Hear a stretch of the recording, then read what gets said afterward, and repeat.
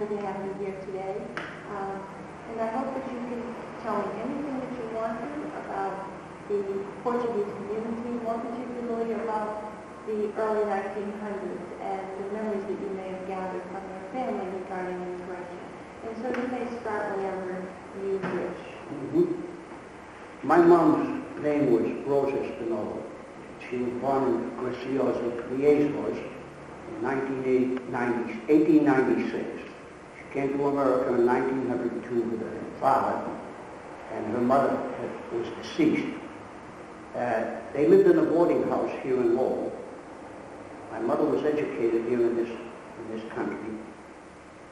At 6 years of age, she arrived here, and she worked at the Hamilton Mills in Lowell. My father's name was Antero Santos, and he was born in the Madeira Islands. And he was born in 1891, and he came here in 1913. He was an outdoors worker, a steel worker. They were married September the 26th, 1914, at St. Anthony's Church by Bishop Henry DaSilva.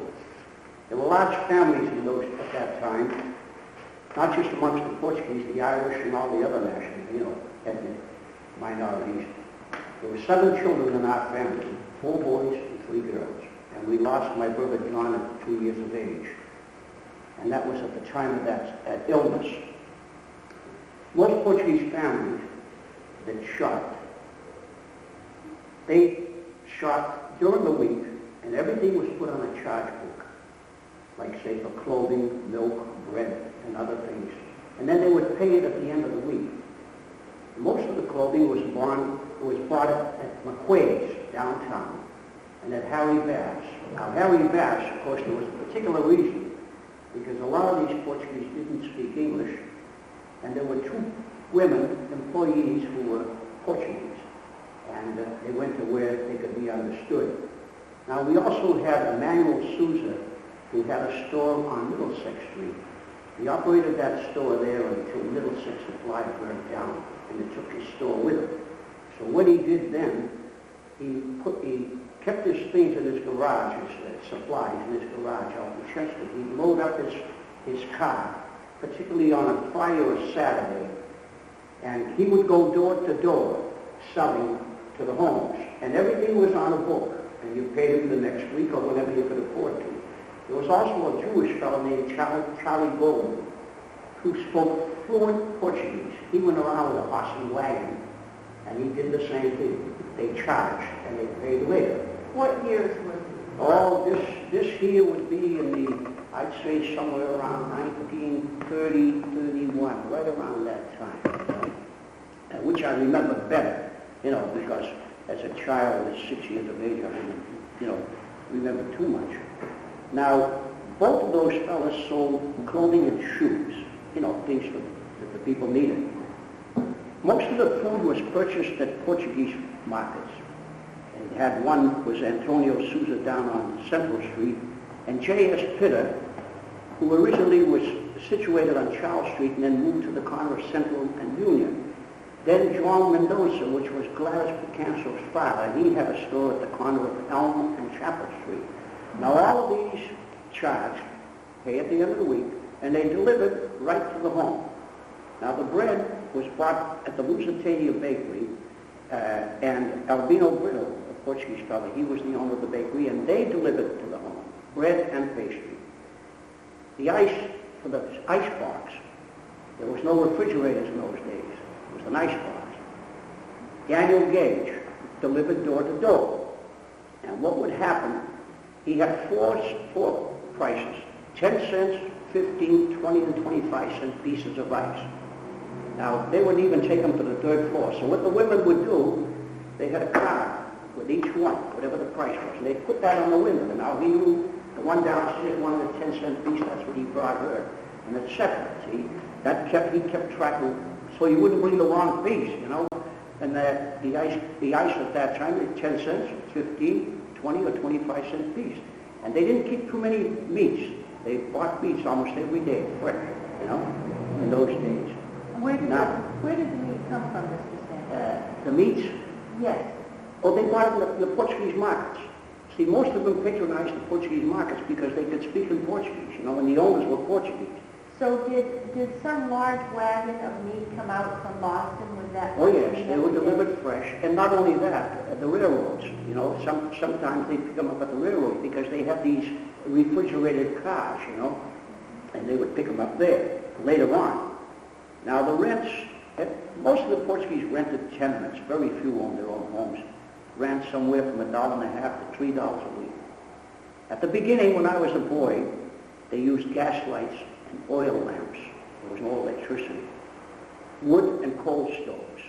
And the way we made toast in our house, the stove would be hot on top and had these round things, you could take it off like this, that would be there. Well, we couldn't use this one because that's the one that my mother always put something on to heat water or something.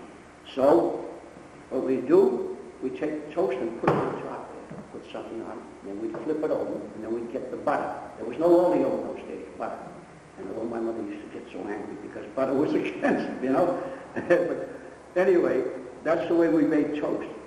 And just before the winter would set in, my father would go to Hans Coal Company up on Thorndike Street. It's near that YMCA, across the opposite side. And he would order the coal for the winter. And I'll never forget, it was butternut 2.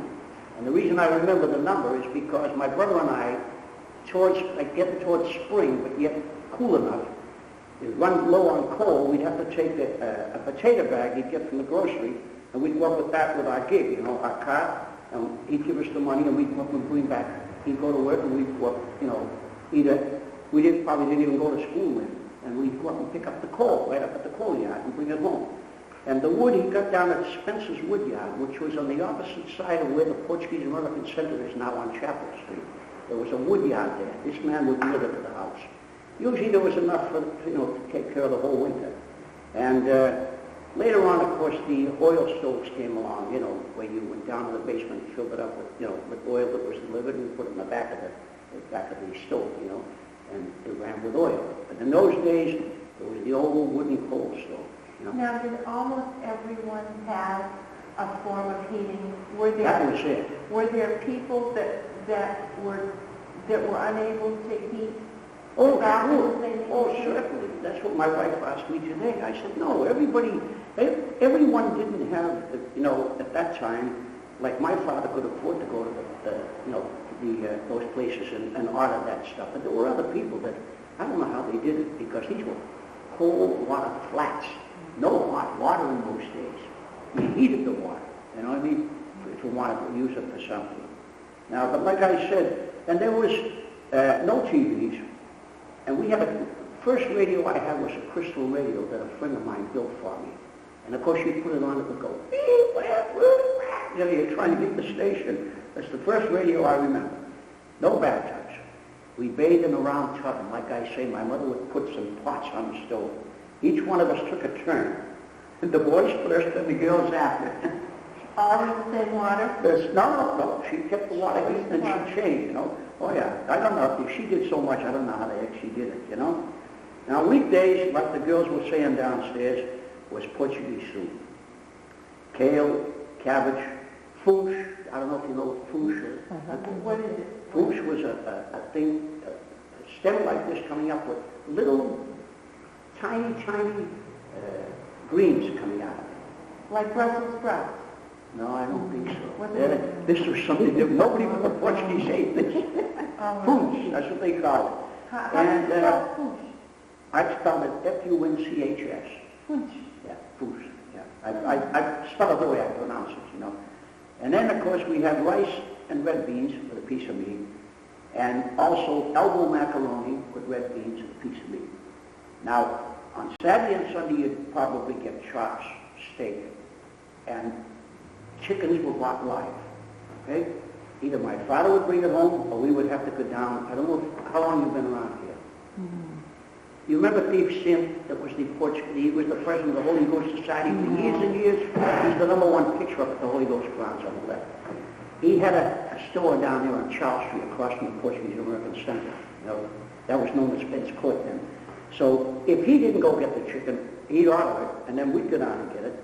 And my mother would put it downstairs inside this thing. My father would get home and then they'd fill the tub with hot water and they'd pluck it. You didn't need like that. You need, in other words, you can't go to the store and buy, say, steak or chicken. In those days, you didn't, you know. If you bought hamburger, it was a small bit, you know, that's all. Just enough for that supper that day, or a piece of meat, same way. Yeah, I think that, in fact, I think we ate better. I couldn't stand the Portuguese soups, and now I'd love to get some, you know. But my brother and I sometimes would skip supper and stay out, and we'd get out when we got home, you know. But then, you'd have linguiça or chorizo, but that's if they killed the pig, see? And it would be usually 2 or 3 families would chip in and go to the farm. They'd buy one pig and slaughter it and bring it home. They'd split it, you know, between them. And then they'd make linguiça and chorizo, you know what that is? They take the things and fill it with meat, you know. And you had a grinder. You had your own grinder, I assume. Oh, yes, you do. That's it. Not like today, plug it in the wall, you know. Now, I'm gonna go to the time I was a boy, a small boy, probably about 6 years old, maybe 6, 7 years of age. And I remember the lawn parties they used to have behind St. Anthony's Church. And the ones that ran that was the society, the men's societies and the women's sodalities. And also, I remember the Holy Ghost feast about that time. And like I say, my mother would take us down to me and Rome, because we were only about a year and a half difference in age, and take us to Harry Bass and buy us the blue outfit with the knickers, you know, and the coat, you know, and the white shirt. And we go in a procession, right? So we go up Central, go down Charles Street, to the end of Charles Street, to Lawrence Street. And then these old school buses, years ago, would pick us all up. They take us out to the Holy Ghost grounds. They leave us at the corner of Broughton, not the one you go in now, the next one, Broughton and Rogers. We'd form with the Portuguese band in the back, colonial band, and we'd march in. And there's a gate there. If you go down to the barbecue pit, you'll see a gate there. I think it's still there. That gate would open, and we would go in. Now, they would feed the kids first, right? And it was a little old wooden building that burned. That held about 100, 125 people. So they'd feed us first, and they'd give us the Portuguese soup, and then and the roast beef. Then we'd go out and we'd play. About 4 o'clock, 4:30, they'd come out, we'd line up. They'd give us each a roast beef sandwich and a bottle of soda pop. Orange, or the green one, or, you know, lime over the car. Yeah. And, you know, these you remember, you know. Do you remember the soda pop company? Oh, yes. You know where it was located? I found out afterwards, and I used to buy the big bottles. Over on, you know where you come down the bridge from, on the right there? That's where it was in the back there. Yeah. They used to deliver right there. But these were small bottles. And there was a Portuguese guy that drove for that company. Do you remember the name? Vieira was his last name. Yeah, Mr. Vieira. He wound up working at Hanscom Field, and I happened to meet him one day with, you know, and I remember him when I was a boy, you know, and he was already retired. So anyway, once a year, Father Growell, he was a fantastic person. He'd run parishioners' picnics, and he'd run them out to Lake Navnasset on a Sunday, just once a year. So one year it would be at Lake Navnasset, another year it would be at Allardale, which is off a long farm, you know, and they'd have sandwiches, you know, and you arranged somehow or other to get out there. Don't ask me how, because people didn't, there weren't a lot of cars around in those days. Not when I was 6. Anyway, very few. Father Grollo had one. Now, years ago they had, like I said, for those processions, the Portuguese colonial band. Like today, they have the Holy Ghost band, you know. At that time, the Portuguese clubs in Lowell, they had the Lisbon Club, the PACL, the PAMA, the Colonial Band Club, which was where the Portuguese American Center is located today. And then they have what they call the Central Street Club, which was near Barry's Bakery, you know. They also had a club down at the Tremont. Now the reason, St. Anthony's, and the reason they called that the Tremont was because a bunch of Madeiras that come over, Madeiran people, didn't settle up here. They settled down there, and most of them lived on Tremont Street. So then they would call that St. Anthony's Club, the Tremont, or Tremont Street. And they also had a soccer team there, and the Lisbon Club had a soccer team, the PACL, and the PAMA. Now, they had 2 radio programs in the city of Lowell on WLLH, and that opened in 1934. The first year it opened, they had 2 programs. WCAP later, they had one on CAP on Sundays. And the first program director was a guy named John Vieira, who owned Frank and Ernie's at that time. He sold it to the father of these kids, and he went to California. And the second one that opened at CAP was a fellow, a Madeiran from down in Fremont, named Antonio Bautista. All right? Now, they broadcast live. There was no records or none of that stuff. It was live. They had orchestras and singers. And Joe Freitas, that was here the other day, he was the one that was in charge of the orchestra for that John Vieira. And for Antonio Bautista was Georgie Silva, who formed his own orchestra later, but he played for Joe Freitas at the beginning in that other orchestra. And then a fellow named Jimmy Olivera, the Olivera brothers. I don't know if you remember them. They played LLH. I sang with them there. CAP, WOTW. I sang in Boston and Lynn at different stations too, you know, for the other fellows from New Bedford and Cambridge, you know. I guess I was quite a singer in my time. These were cooking. You were singing live over the radio. Oh, live, oh yeah, for a long time. So then we had the singers, this Madeline Betancourt. Oh, she was beautiful. What a singer. Then this Virginia Freitas. Her husband played in the orchestra. And then Dave Rodrigues, who's deceased now. That's Grady Mulligan's uncle. And the counselor. Then Georgie Mello, which is Angie Mello's husband. And myself. And George Coomer, his wife, Hilda. Did she just pass away, Hilda Coomer? I'm not sure. Then there was a young lady named Elaine Ferreira. And she sang with me. Laura Pacheco and her sister Izala, and this Maria Silva. Now, this Laura Pacheco and her sister also sang with me and some others in stage plays, you know, and we would sing we'd take part in the musical part of it. Some of them would run out for St. Anthony's Church at the State Theater, at the high school auditorium, and Lowell Memorial Auditorium. We had one over there, a real big one, you know. That takes care of that. Now, the bulk of the employment was in mills here. Now the mills, in order to produce the electricity, they were water powered from the canals, you know, the mills. Now we had the Appleton, the Hamilton, the Jackson, the Lawrence Manufacturing, the Merrimack Mills, the Boot Mills, the Massachusetts Mills, the New Market Mills, the Sterling, which is on Lawrence Street, the Waterhead, which was on Lawrence Street, the Ames, the Bleachery, the Mohair Plush, the United States Bunting, United Elastic, and Gillette Carbonizing. That's how many mills we had here. A lot of them. Then we had, for factories, we had Hathaway Shirt, McGowan Educated, made crackers and cookies. We had the Lowell Barber Shop, the bridge tables that made bridge tables over here on where the dog place is, right there. They were there for years, from the time I was a boy. That was my first job when I came out of high school, bridge tables. And then I went into the service, you know.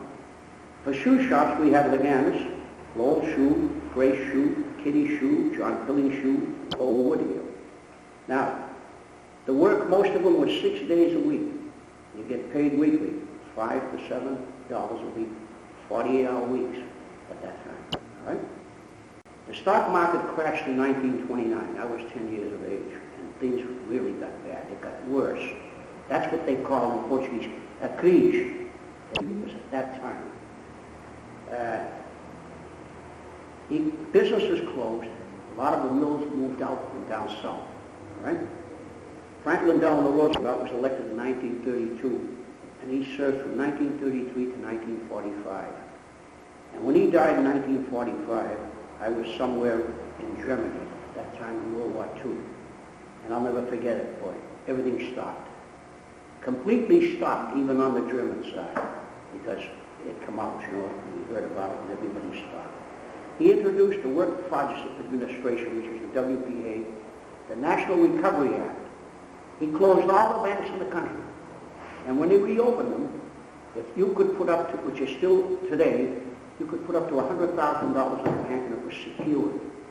And the reason for that was, I had an uncle that was in with that J.S. Pitter years before on Charles Street, and he sold out to this Pitter. He had money in the trust, Lowell Trust, which was across from where the Rialto used to be at that corner, you know, Towers Corner. That thing crashed. My uncle got back 25 cents on the dollar. I'll never forget it. I thought sure he was going to be one of the ones to throw himself off the roof or something. Yeah. He lost a lot of money. A lot of money. 25 cents on the dollar. So to start that, what Roosevelt did, that was part of the Recovery Act. Every bank had to have that insurance, up to $100,000 per account, which is a great thing. It's still there today. Then they have what they call the CCCs. That was the Civilian Conservation Corps. And I'll explain what that was about. Now the WPA, they put people to work repairing roads and bridges. And you know that Collie Memorial Stadium? They built that. And the Oakland sewers, there was no sewers out in the Oaklands in Belvedere at that time. They built the sewers too, all right? Yeah? You can still go into some yards and you can see where they have the pipes underground. They have these big things up on top. They cover it, you know? Now, for the CCCs, the boys, they bring the boys in from a certain age up, and they put them up north in camps, okay? And they put them to work up there, like planting new trees, and work. They also work cleaning the forests, the streams, and the rivers. He did a lot of things. This was all over the country, you know. That man was fantastic.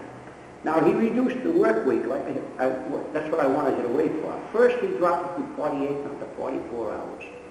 Then later on, maybe within a year, he dropped it down to 40 hours a week. And he brought along time and a half for after 40 hours. And yet you have people, Republicans, say that he was no good, but that's not so. For the working people, he was fantastic. I know because growing up in that, my father, you know, he worked. My mother never worked after she got married.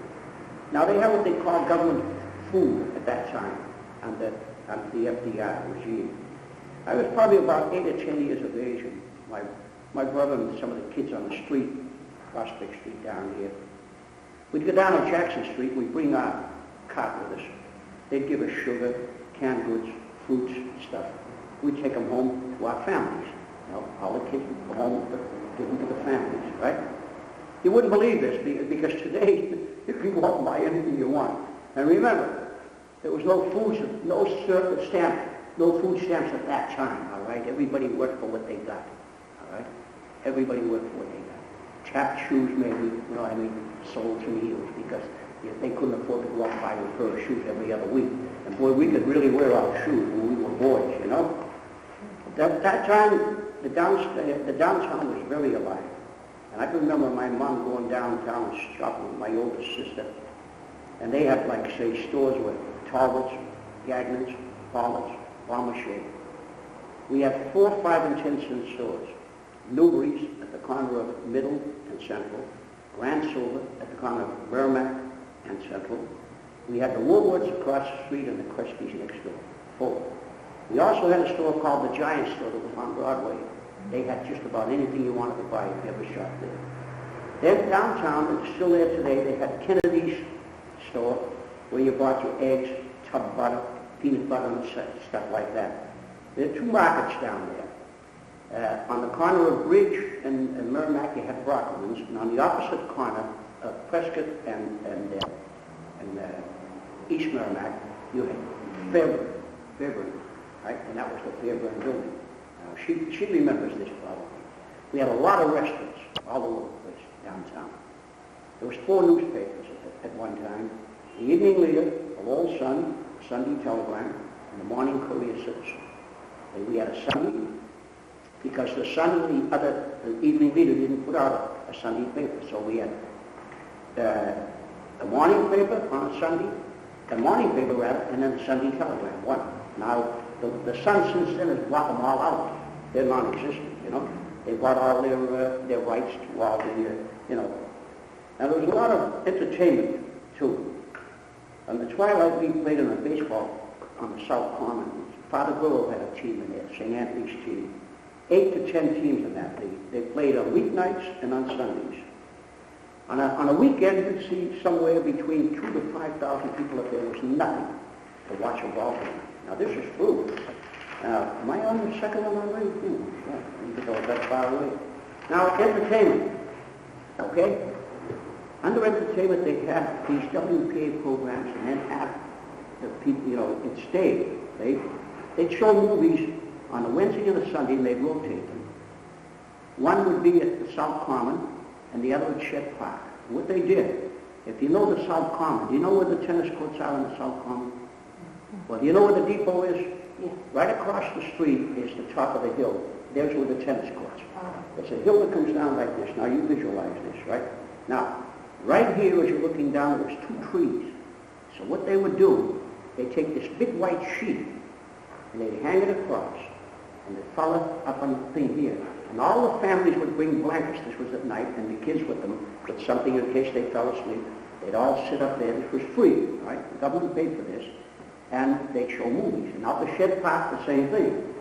And then there was a bandstand on the Common. Do you remember the bandstand on the Common?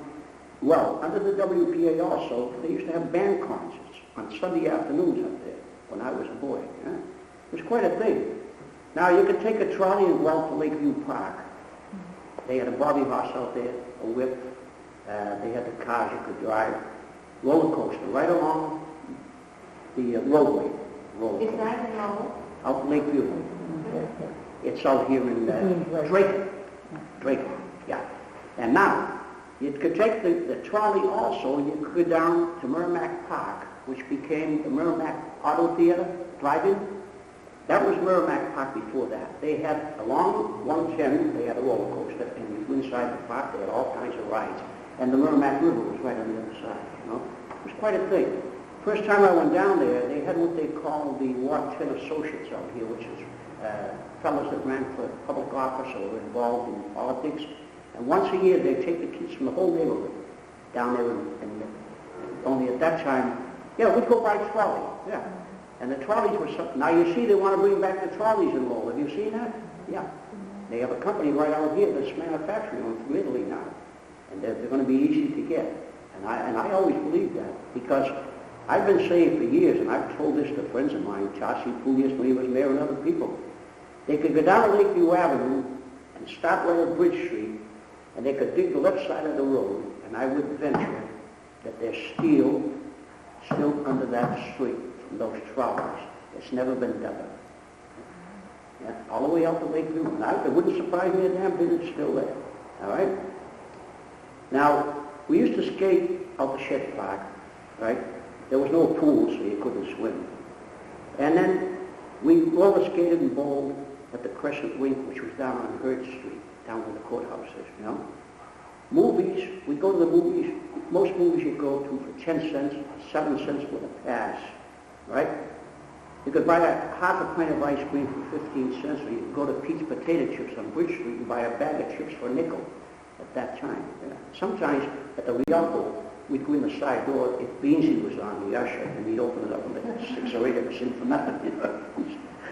I wasn't proud, all right? Now, we had, at that time, let's see, here's the movies. The Capitol, the Crown, the Victory, the State, the Rialto, the Strand, the Keep, the Merrimack, and the Royal that I remember. That's a lot of movie houses. We haven't got a one, all right? We had a lot of bowling alleys. The only one left is that Brunswick, which is the big balls. We bowled duck rings and cannons. Now, bowling was 10 cents a string. We had the Gorham Alley, the Crescent Alleys, the Kittredge Alleys, the City Hall Alleys, the CMAC Alleys, and the St. Louis Circle over on West 6th Street. Right? Mostly leagues would bowl like that, CMAC and St. Louis. It was more semi-private, you know. And if you bowled in a league, you challenged, you know. Now the Rex came along, the Rex Alleys came along later, after the fire. You know, they had a big fire over there that burnt the whole shebang down. We had 2 outdoor theaters. Copper, that's how they charged. Let's say it was $4, no matter how many you had in there to win. We had one on the Pawtucket Boulevard on the right-hand side, where you go in the road, you go into the Elks on the left, right? And then there was the one I said down in Merrimack Park, down on the Low Launch Boulevard, 110. That was the 2 outdoor theaters. We danced at the Commodore Ballroom, and that was later. I danced. Of course, people danced there before. There was an admission charge at the door. And at Lakeview Ballroom, right behind that amusement center that I told you about, up in the back of that, the wall in the back was the river. 5 and 10 cents a dance, you know, and mostly local bands. That's why they couldn't. Now, so that what you did, when you bought, I went there later on. You buy us, the guy had a roll of tickets. I said, give me 20. He said, give me 20, right? Well, I point to you, you're along the wall, right? Well, dance, yeah. So you and I danced. They played 4 or 5 bars, stop, right? We stopped. Now I got to give her another ticket to keep dancing. No, this is true. This is true. A lot of people don't. I remember it, all right? $2 for 20 tickets is a lot of money, wasn't it? Huh? That seems like a lot of money, $2. Well, it was 5 cents. It was only $1, you know. And at the time, well, I was working at the bridge tables. I was single, but I had money to kick around. You know, my sister Lena had gone to work to help my father out, you know. She left after the 7th grade. And of course, things were pretty good, and my father kept getting raises. And in the end, I'd say we weren't the poorest family on the street. You know, we were lucky because the boys, we all worked. And I'd get home with my pay, and say at noontime on a Saturday at 12:30, and I'd put it up on the thing. My father would take it. We split 50-50. All right? And he'd say to me, don't you want me to take some of that to Safeway? I'll put it in the bank. Don't worry about it. I go out and I spend the whole thing. By Monday I'd be broke. Were the young men expected to contribute to the home? Positive. And my brother Roland. 50%? And my brother Roland also, yeah. And he contributed. And Lena, the oldest ones. I don't think my sister Julie and my kid brother Al and my sister Alice, I don't think they did. No, these were a little different things, you know. More money to spend, you know, which they did, you know. But when we were young, you know, when I started working, I split with my father 50-50. And my job over there was piecework. And I would get 2 cents for every table, right? I'd take the frame, put the cover in, you know, and then go around with a hammer and nail it all the way around and stack it, right? And every time I stacked one of them, 48, I'd get 96 cents. Sometimes I'd have to hide them because I wouldn't want to put them in until the next week, you know, because I would make too much money. When I was in the service, I was making averaging $52 a week on piecework there. And I'd come out and wouldn't go back there, and I went to work for $25 a week. Oh. Honest. I didn't want to be bothered anymore with that. Yeah. And I went tending bar for $25 a week. So at first I started in the Portuguese Club on Charles Street. And that's what I wanted to tell you about Alexander's Market. Now, $25 a week, right? I didn't own my own home. I rented. I think rent was $3.50 a week, right? My wife and my father had bought me a 37 Plymouth just before I went into the service for my birthday. And my mother. I'd get my wife. We only had one child. Go down to Alexander's, on Rudy and Merrimack Street, and I would buy 6 bags of groceries for $6 to $7. Yeah. So you see, that $25 was worth probably what these people are getting today. You know, when you figure how much it's costing you to go shop, you know. Oh yes, it was reasonable, very reasonable. That was meats and all for the whole week. You know, you had to go out and buy milk, you know. And you had to buy your coal or wood. Well, look, see, the oil had come out then when I was married. And the oil came, and what we had was I bought a stove down in Middlesex Supply, and in the back it had this thing, and, you know, the guy would deliver, the Alfred Andrews, the Portuguese guy, would deliver, put the hose through the basement. There was a big barrel there, you know, that he provided, and he'd fill it with oil, and I'd go down, and I'd fill that thing, I'd bring it upstairs and turn it upside down and put it down. You remember that, huh? And it was enough to heat our apartment at 41. Whatever. Now, when I bought my own home, we had one in the kitchen, but I also had, you know, a parlor heater in there. Then I put in, you know, for up and down the whole house. We did it all, you know, electric, and, you know, forced hot air, you know, before I sold it. How did you meet your wife? My wife's dad was from Dallas, Texas.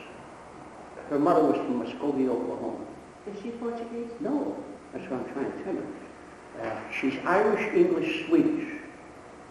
And I went to a USO dance this summer of 1942. No, it was more towards the fall, a USO dance. And I happened to ask her for a dance. And I found out that she was up on visiting, her mother had passed away, and she was up visiting aunts, and one of her cousins was with her. But she'd only stay like, say, 2 weeks or something like that, and go back to her dad.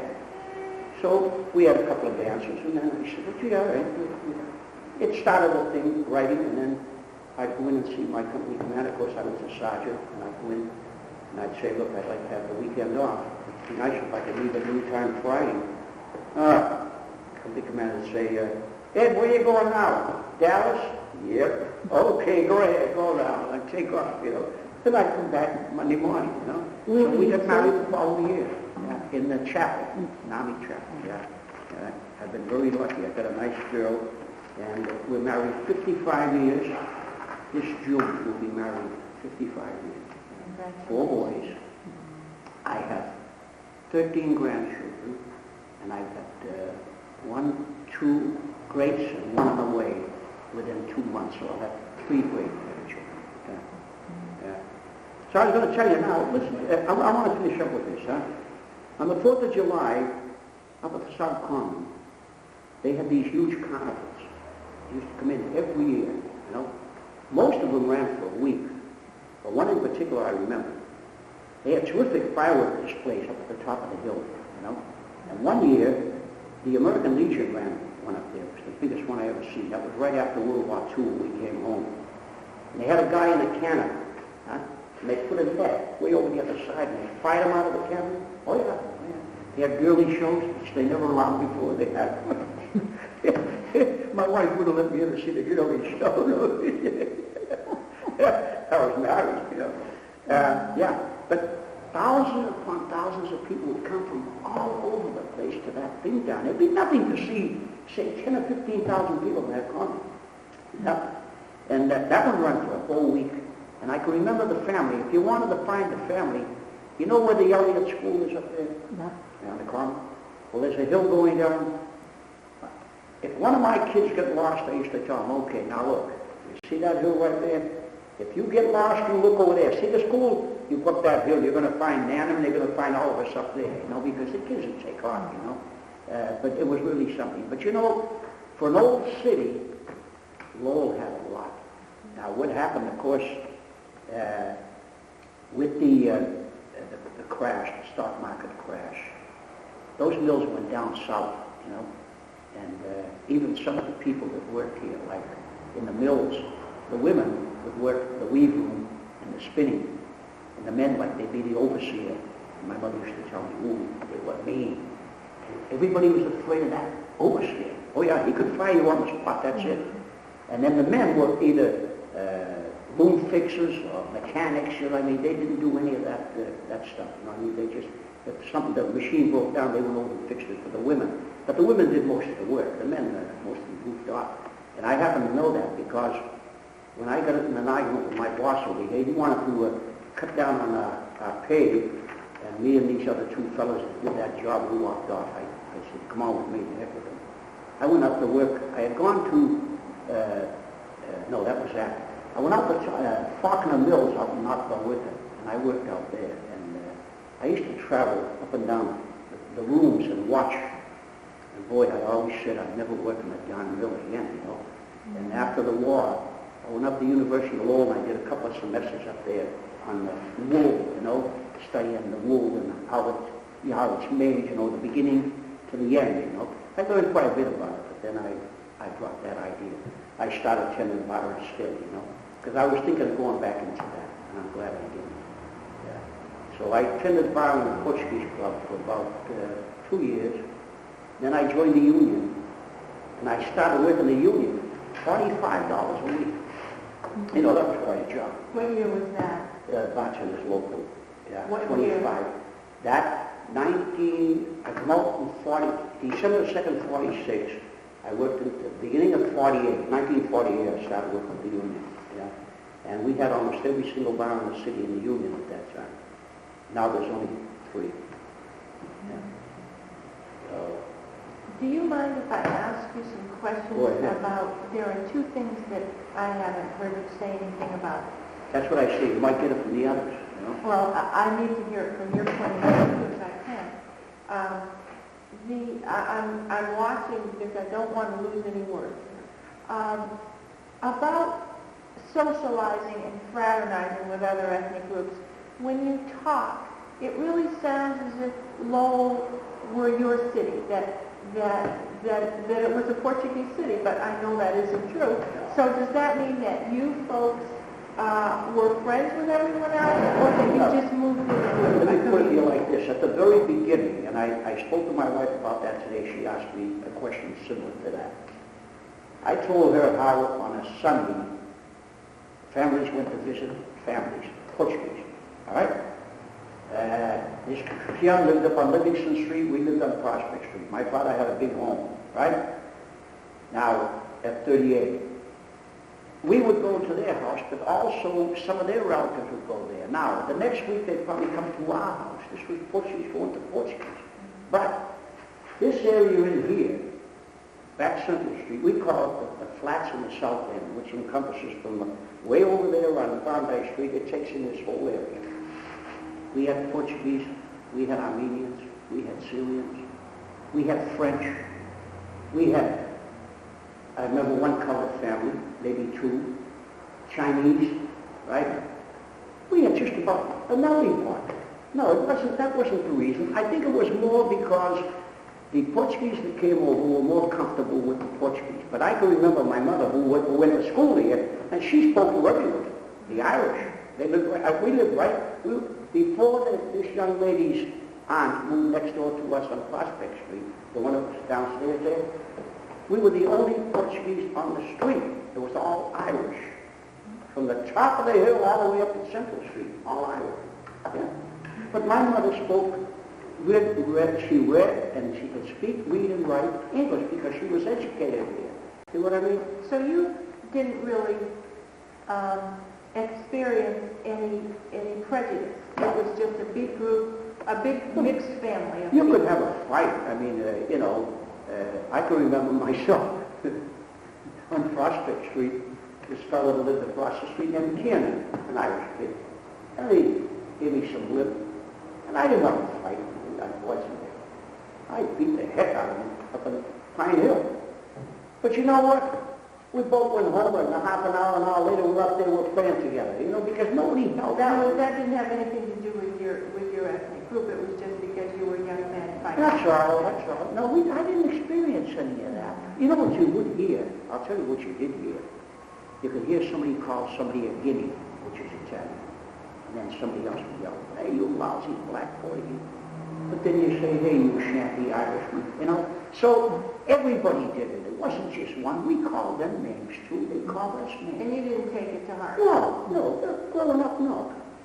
And I grew up, I'm telling you, this was a melting pot around here. All these side streets. Irish down here, Portuguese down there on Abbott Street, all mixed in. Yeah, this whole area. That's what it was. Yeah. Mr. Santos, what was discipline like in your house? Well, my father, no. My mother used to get angry with me. So, he was something else. So he'd come home from work, and she'd be waiting. And she had an awful temper. Wait, get back. Wait. Yeah. Oh, okay. We went to parlor.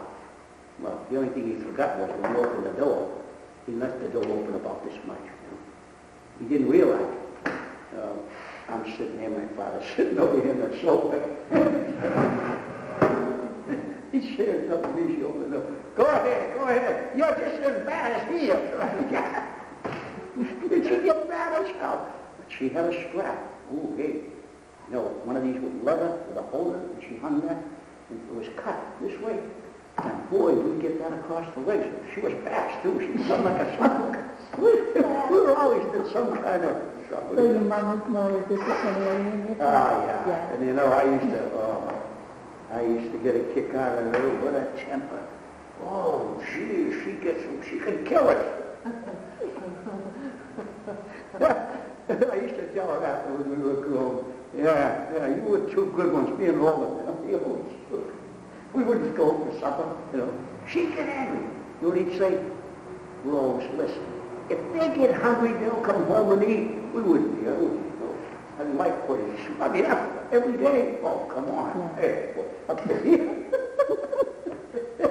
No, this is true. Anything else? Yes, I have another question. Your mom and dad, what did your grandparents do for a living in Portugal? Oh, you know what their occupation in the Graciosa was in the Azores, most of the islands? They're farmers. Yeah. But I'll tell you a funny story about my grandfather that they told me. My mother said I was about 4 years of age. I'll tell you this story first. See? And I'm walking down the sidewalk, right? And I see this, and I'm telling my mother and father, I see this guy, he's big man, and this girl, she's pushing a baby carriage with a doll in it. And my mother looks over my father, did you hear that? You did what? I was about 3 and a half, 4 years of age, and I remember my grandfather, yeah. I never seen him, all right, but there, I seen him there, but I mean, he never came back no more. Once he went over, he stayed there. But they tell a funny story about him, because there's a lot of people over there. I have a load of cousins that are over here now. They tell me this story about him, and he had a donkey, right? And I guess my grandfather was quite a drinker, he liked his wine. So he'd jump on the donkey, and he'd go down into the town, and he'd go to the tavern, right? And he'd bring the donkey in with him. So, yeah, he'd have a glass of wine, and then he'd give the donkey some wine. This Arthur Silver, especially Arthur Silver, he loves to tell that story, and they roared down at the club when he'd tell that story.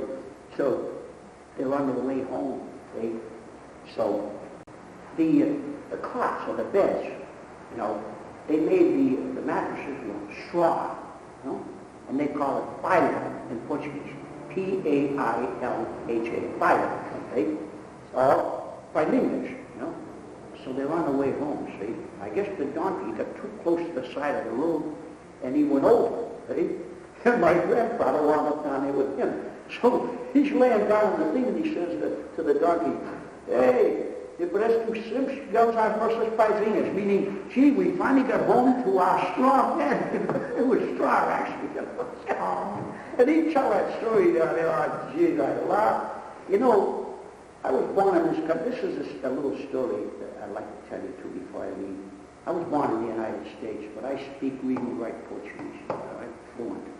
I was co-director, and I didn't mention the fact that I also spoke and introduced the people on WCAP. Hold on a minute, please. I don't want to miss this, and I think my tape has just stopped. Did it? Yeah, but I just have to turn it over. Now, you want to keep these, or? Yes. We'd like to take a copy of that. I'll tell you what, why don't you do this, see? You don't have to make We don't have to rip it out. We can just take a copy. So if they have a copy machine, then Yeah. sure. Can you do it like that? Yeah. And that way you don't have to rip it out of the book Right? and you'll have All it. right. So,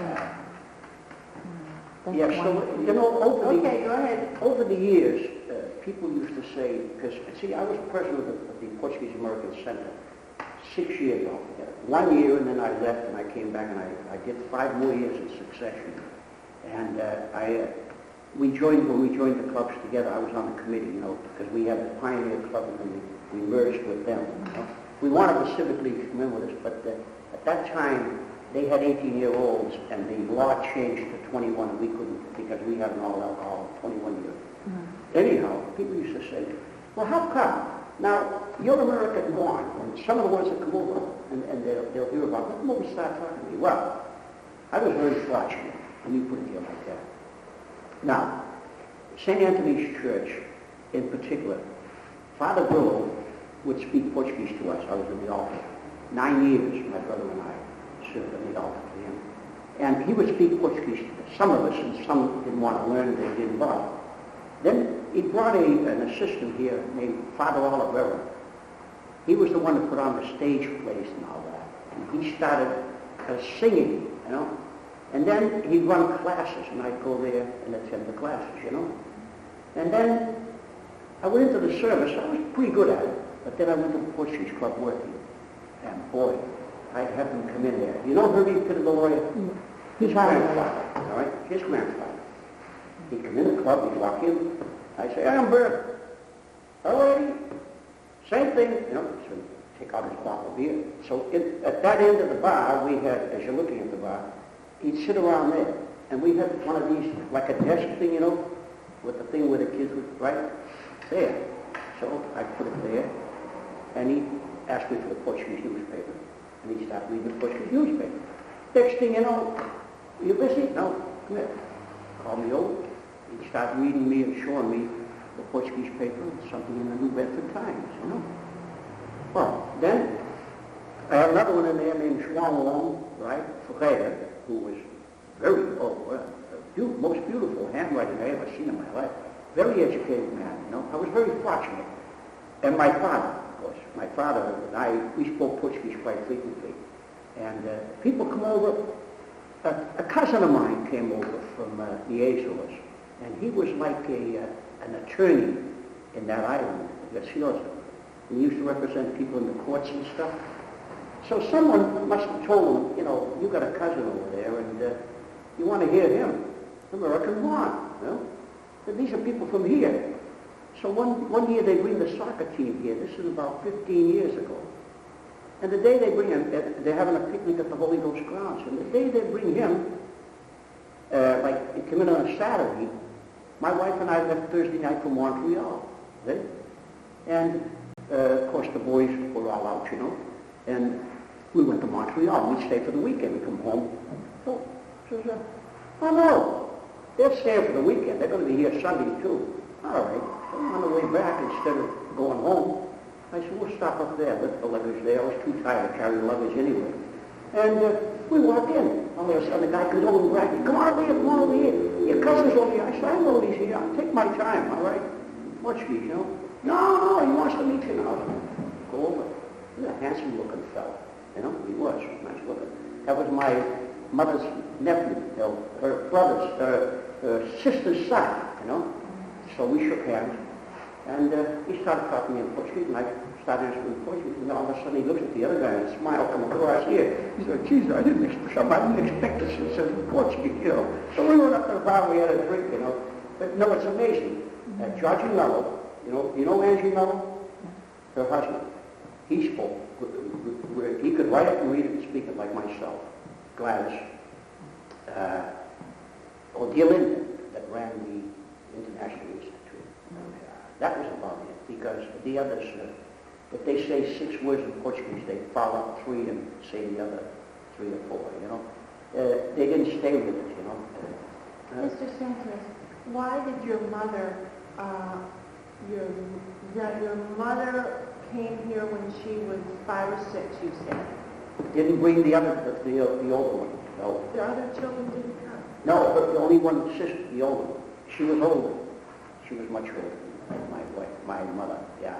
Oh, and she yeah. stayed there? She stayed there with the grandparents over there, yeah. And my father just brought her. Now, the funny thing is that when my father was going with her, Manuel Braga, that's dead, God rest his soul, he used to tell me stories, you know. And he says, you know, your father and your grandfather didn't get along at all, you know. And where the Veterans Park is down here, right behind that was a hall. In the back of it. And that's where they held the reception, as Manuel Braga told me. And my father and my grandfather, now this is the day they got married, they got in a big fight in there. Yeah. My grandfather didn't stay too long after he got married, you know. And my mother got married at 18, you know. My father was 23. How did they, where did they live when they came here? Did they boarding live house. in a boarding house? Boarding house, oh, definitely, boarding house, yeah. I know where she lived. She lived upstairs over the Civic League on Back Central Street, Portuguese American Civic League. It's a brick house just as you start down the road, yeah, on the right. Did she tell you many things about working in the mills? Did she Oh, work in the mills? yes, of course she told me. But like she said, the one thing that struck her more than anything else, and she also knew she'd make a face, was the overseers. You couldn't move. Now, you know, another thing about that I didn't put in there, and I remember this, because we used to take, another fellow and I used to take his grandfather, he was the watchman down at the boot mills. We used to take his lunch down there in one of these bags, and inside they had a metal thing, and they had the coffee and all. And their morning would start at 7 o'clock in the morning. It was a whistle, a bell, or it was time cards didn't come out then. Now, when your day's work was done, the straw boss, or where he was, he'd walk around and tell you, okay, go home. Now, if he started, say, down this room, by the time you get to the other one down there, the people have already worked over their hours. You know what I'm saying? So, and then later on came the time cards, Then they got paid by the hour. And it had to be not so when the nighttime bell rang, everybody no, got to sleep. if there wasn't a bell, he walked around telling the people. See, because I just show you how many places there were, all these places. My God, we had more mills and factories, and I left some out. I know I haven't got some in there, but I've got quite a few in there. Your mother worked in the textile mill, but your father worked in the steel mill? No, my father worked outdoors in steel, like bridges and things like that. Oh yeah. Like an iron worker? An iron worker. Yeah, he used to cut the steel, cut it, and then they placed it in. And he cut them to tear them down, too. That was his job. Oh, yeah. That's what he did, right? Now, what the heck, I just asked you a question. I don't know what it was. Anyway. But that's the story. When they came here, did they live with relatives? No. None of I don't think any of my relatives were here at that time. No. So now, this girl's aunt, the Papanotis woman, well, her maiden name was, that was Leo Mendes, the cop's mother also. They came over here young also, but they were older than my mother when they came over. They spoke fluent English, Oh yeah, they went to school here. Now, why did your grandfather come here?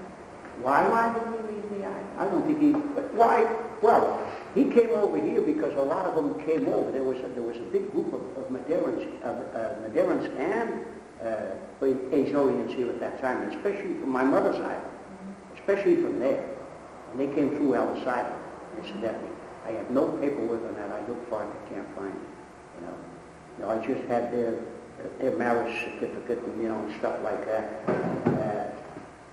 But I think more than anything else, I think probably he didn't even want my mother to be there. You know what I mean? Over there. I don't know why. But it's not a place for a woman to, unless there's no businesses over there. Nothing there. Where they're from. It's one of the smallest islands there, Graciosa.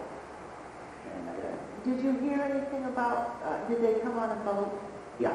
And did you hear anything about that trip? No. No. It sounds like they had a fairly easy... She was 6 years of age when she got here.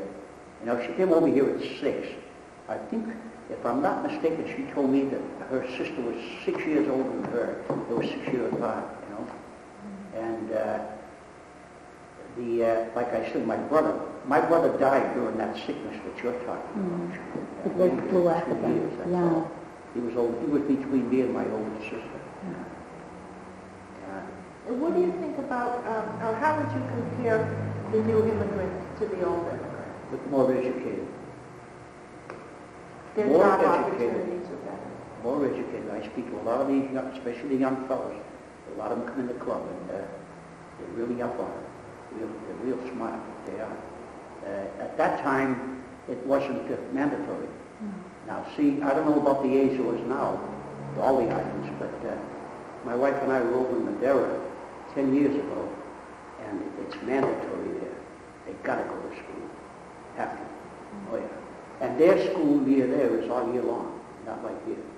They go to school 12 months a year. Oh, so yeah. they don't get released for a couple of months to work on a farm? Nothing. No. In fact, I stayed with Silver Brothers, John, his kid's actual mother and father, because he adopted that boy, young John. And we stayed at their house. It was on the outskirts. And the daughter was going to college. She was going to go into the court system, like a judge or something.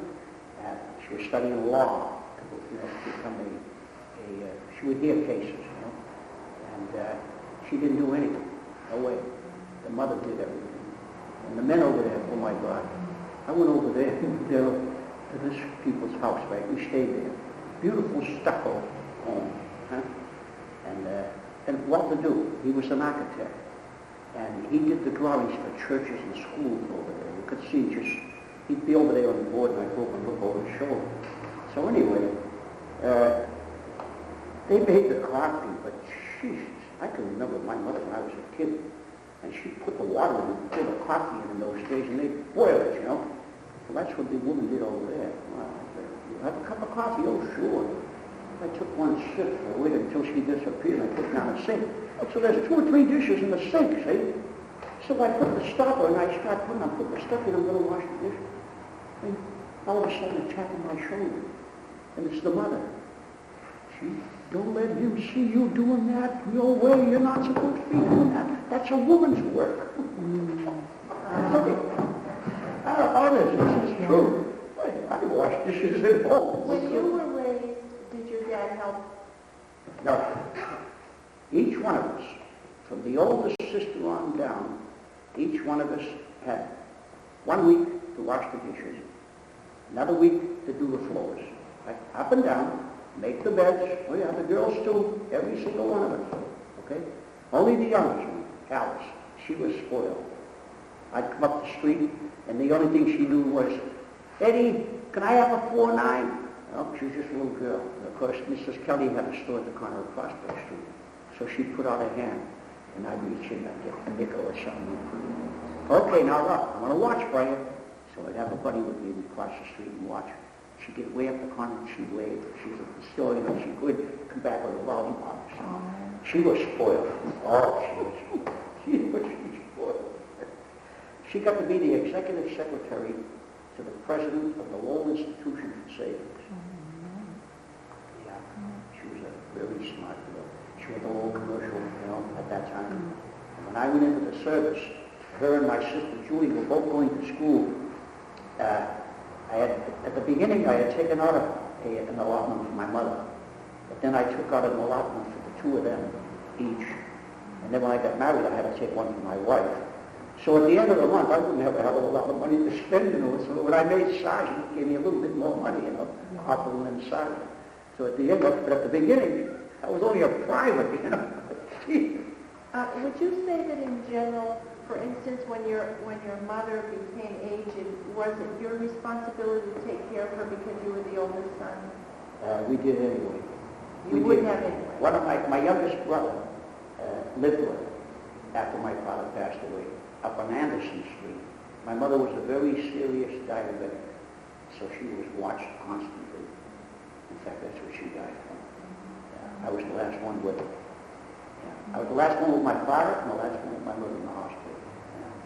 And were you a similar father to your father? My father? No, he was more a father to me than I was to him. No, I mean, which way? To your my children. boys? Let me tell you something. I worked and made money and supported them. Now, my wife went to high school and then went to cosmetology school. She had her own beauty shop, right, in Texas. She came up here. She never went to college. But my kids, going through school, she would sit down with each one of them. Now, see, mind you, now I have 2, 8 years none, and then 2 more boys, all right? The first 2, neither one of them went to college, the last 2. So, and they studied algebra, and she studied algebra with them, and geometry, and then finally Jimmy, right? Calculus. Now, she never studied calculus, but she'd take that book, and I'm telling you, she was amazing. Yeah? And he's got a nice job. He's a purchasing agent for Raytheon, you know, and he does a lot of travel with me for them. And he's the accountant, like I said, for the club down and some other businesses. Now, the youngest one, he had to go to the University of Lowell and take a test on radiation, you know. It has to do with metal pipes and these big tanks where they put, you know, gas and stuff like that. And the company that he was working for then, they had one guy doing it, but then they started breaking Tom in. He had to take this exam. They gave the exam up at the University of Lowell. My wife studied that exam with him, right? Asking him questions all about that, what it was all about. And he went up to the University of Lowell, and he took the exam up there, and he got a perfect 100, but he didn't tell us that. When he got home, he opened the door, you know, moping around. She says to me, I don't think he made it. I said, oh, well, so there's another time. Right? Pretty soon, she said, Tom, what happened? He walks into his room, he goes back out, because he stayed in the last room with us, you know. He's back out, he's got a smile on his face, and he gives me a wink. He walks in and says, Mom, I got 100 on my exam. Well, it made the difference in a big pay raise. What he would do, he worked for this Venegas up there in Nashville, and they go all over the New England states. And you know these gas pipelines? That's what his job was, where they put the pipes together. He would x-ray these to make sure no leaks. You know, and he one of those things there where somebody lit a match. Didn't he go up in the air? I have one last question, and that is, can you tell me 3 or 4 words that you think describe the Portuguese people? 3 or 4 words. 3 or 4 words that... I'll tell you one thing. They're very proud people. You can see that with their homes and the way they keep them outside, number 1. Number 2, they're honest as the day is long. Okay? And they are frugal. They know how to save money. A lot of people have made a mistake and they don't do that. All right? Would you say that respect is a big word to the Portuguese? In the family, it's at home. You know what I mean? In the families, I can remember sitting down at supper. My mother more than my father. And we'd be sitting at the table, one of us would say something, the other would say, hey, this is the time for eating. Oh, sorry. No. That's it. Oh, yeah. That's the way they were brought up. And I don't doubt that the other families did the same thing. Oh, yes. Oh, yes. Oh, yeah. And they didn't mind using the strap either, you know. At least, even the ones that come over. Oh, yes. I had one who was real bad. And I had this person who lived on Union Street. And at the time, I was the president of the Portuguese Club. And, of course, I was politically oriented, and I had a lot of friends, which I still have, down in City Hall. And this person came to me and they said, Eddie, I got to talk to somebody in Portugal. I said, what's the problem? He said, well, you know, he said, that building at the corner, that fellow lives upstairs, the apartment on the left, the 2nd floor. Oh, my God. He said, I live in the next apartment. I don't know what he's doing to that girl, but my God, she screams. Well, I said, okay. So I start asking questions, and it happens to be the brother of a friend of mine that comes into the club. So I waited. I come from the post office, and I'm retired from the postal service, you know. So I come from the post office, and I walk in, and I wait. Pretty soon, he worked for Brock's, and then he comes. I said, I want to talk to you. What, am I in trouble? I said, no. Is that your brother that lives at such and such a place? Do you know anything that's going on up there? Why? It's because somebody told me something, and this is wrong. This is not the old country, no. This is America. He could go to jail. Now, what's the story? I'll tell you what the story is, Eddie. You know the way they are about the girls? All right. If they give permission, there has to be an escort. Go with them, either to a movie or anything. And that was true way back then. They had to have an escort to them. Well, I guess this girl was coming up from downtown, and she'd meet this fella, and the guy would walk up part of it, and at the corner of Union Street, they'd stop there, corner of Union and Central, and then she would go home, and then the fellow would go home. Well, I think the father, or somebody told the father or something, the father watched. Well, he had a strap, and I mean this, it was a strap, but it wasn't so much that. That girl was about 16 years of age. He'd take her in, lock her in the bedroom, and the wife is banging on it and yelling his name. He wouldn't pay attention to her. Strip her right down and back. He said she was laced across here. Oh, yeah? Okay. That's all I want to know. All right? So, I make an arrangement with the brother to let me know what time he usually got home, you know? And I didn't care whether she was there or not, because I'd tell the mother, and look, you go in there. I want to talk to him alone. I went up and I spoke to him and I told him. I said, I'm going to tell you, do you know who I am? He said, yes, I know who you are. He didn't belong to the club. Well, I'm going to tell you what I'm going to do. The next time that somebody comes to me and tells me that you take that girl behind that bedroom door, her bedroom, and you do what you did to her with that strap, right? I'm not going to come back and take the strap off you and do it to you. I'm going to have you put in jail. I'm going to take you down to the courtroom and I'm going to have you put away. You know where I'm coming from? He said, well, never mind. This is not the old country. Don't do it. And if you do, I'm going to be back here with a policeman. And you're going downtown. What year was that, Mr. Santos? Well, this is about maybe, I say 15 years ago. Mm-hmm. Yeah. Yeah. You So know, that was quite common in the old country. Oh, yes, they do that. They would do that. They have, oh, no way. My God.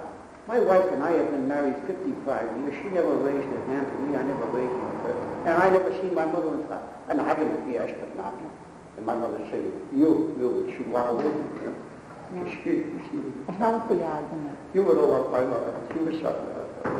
I guess you loved her plenty. Oh, she was so good. Tell me give a little advice, a few lines of advice. Of what? Something that you want people to remember.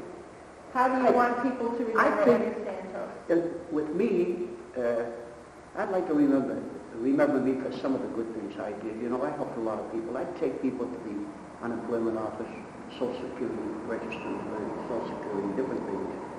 And never asked for a dime, you know. And I'd like to be remembered as a nice guy, someone that loved the Portuguese language, you know, and stayed with the Portuguese people. I never walked away from them. I've lived in this area all my life. I love where I'm living. And now, of course, I live in a retirement place, you know, on Lawrence Street. Yeah, it's nice. Still in the same area, though. Centennial Islands. It's probably one of the best in the whole area. Yeah, it's nice. And also, for the young people, I think it would be nice if the boys, especially the boys, would retain the language, you know what I mean, and don't let it die, you know, because there's so much to offer, you know. I've often thought that maybe I would like to speak in front of a lot of people, you know, and impart some of the knowledge, you know, to Portuguese, you know, and tell them really how important it is, because one time I was approached at City Hall when I was on the Law License Commission. I served 20 years, 18 years in the Law License Commission. And they came to me and they couldn't stop talking about how the Portuguese people kept their homes and where, in a lot of them, if you drove by, you'd see a place to park the car, off-street parking, and you would see a grapevine, you know. And they said that was the telltale sign. It had to have a grapevine. Or a lot of flowers, because that's the kind of people they are. They love it, you know. And I think it's great because standing in the middle, right inside City Hall, you have 3 or 4 councils come over. Eddie, come here, you know. And the topic was brought up at City Hall in the council meeting, and they come out and started talking to me about it. I had a meeting in a different location, you know, and that night they caught me in it. And I felt that, it made me feel so good, you know. But I'm American born, you know. You wouldn't think, but no, I never forgot where I came from. So you would like to sort of speak at a Portuguese youth rally? Not so much a youth rally. I don't think a lot of these youths there, especially the ones that are bigger now, they don't want to pay attention to none of that. Are you kidding? Well, that's what this is for, so that they will remember. Well, I hope so.